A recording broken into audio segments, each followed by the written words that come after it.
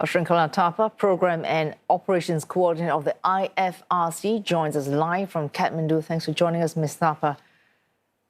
In a situation like this, how does one start?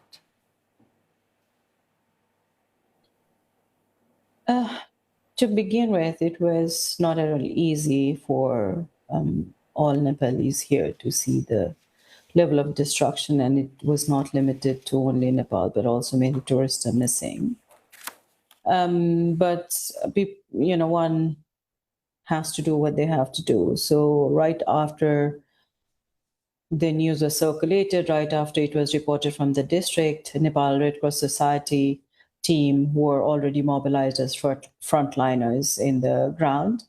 And as International Federation for Red Cross and Red Crescent, we also mobilized ourselves as fast as possible, because the first relief and the first point would be very, very critical to ensure that we are able to save lives.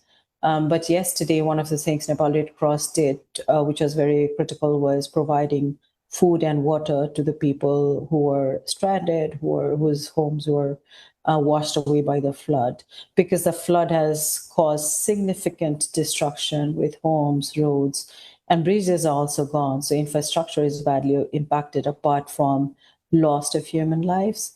But the support that has been mobilized in the field is critical and crucial, I would say. Given the degree of difficulty on so many fronts, and it's a difficult task, I'll give you that, how do you prioritize what needs to be done and, say, turn away from something else that looks, that's making an appeal, but deciding at this point something else has priority?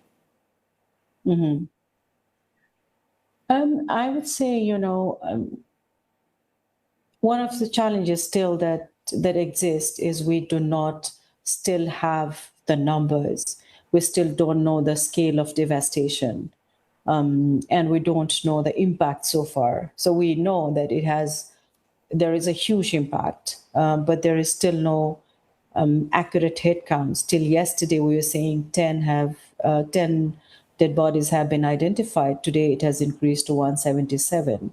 So as it unfolds, looks like the situation is also going to evolve, and we would have more information.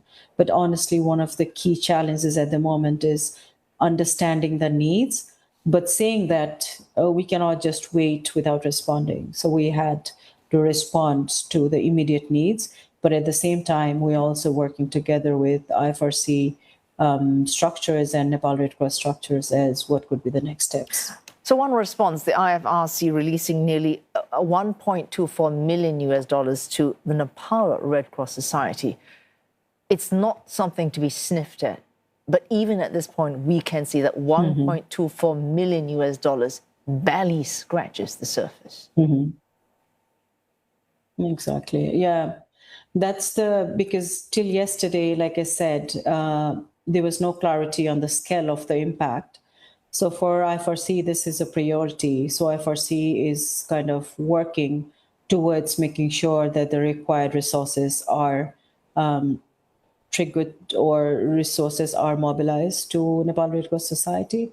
But it's not limited to IFRC. Also, the partner national societies, ICRC, is also engaging.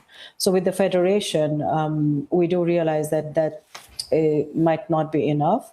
And so there are steps that we are taking to ensure the required services are able to be provided in terms of resources that are being.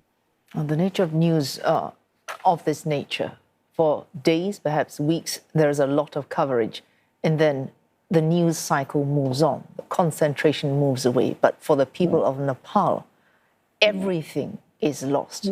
Family, homes, jobs, livelihoods. How does this IFRC try to keep the focus on rebuilding that takes a lot more than even just a few years? Thank you. And in any humanitarian situation, in any emergency situation, the relief and the first point of action is critical.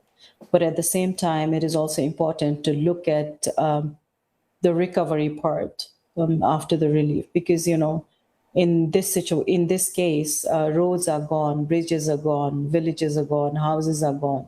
So that would require a bit of a long-term planning as to cover the lost lost homes, lost livelihoods. So I would say that IFRC would also look at more recovery after the relief part is kind of covered, because both aspects are important.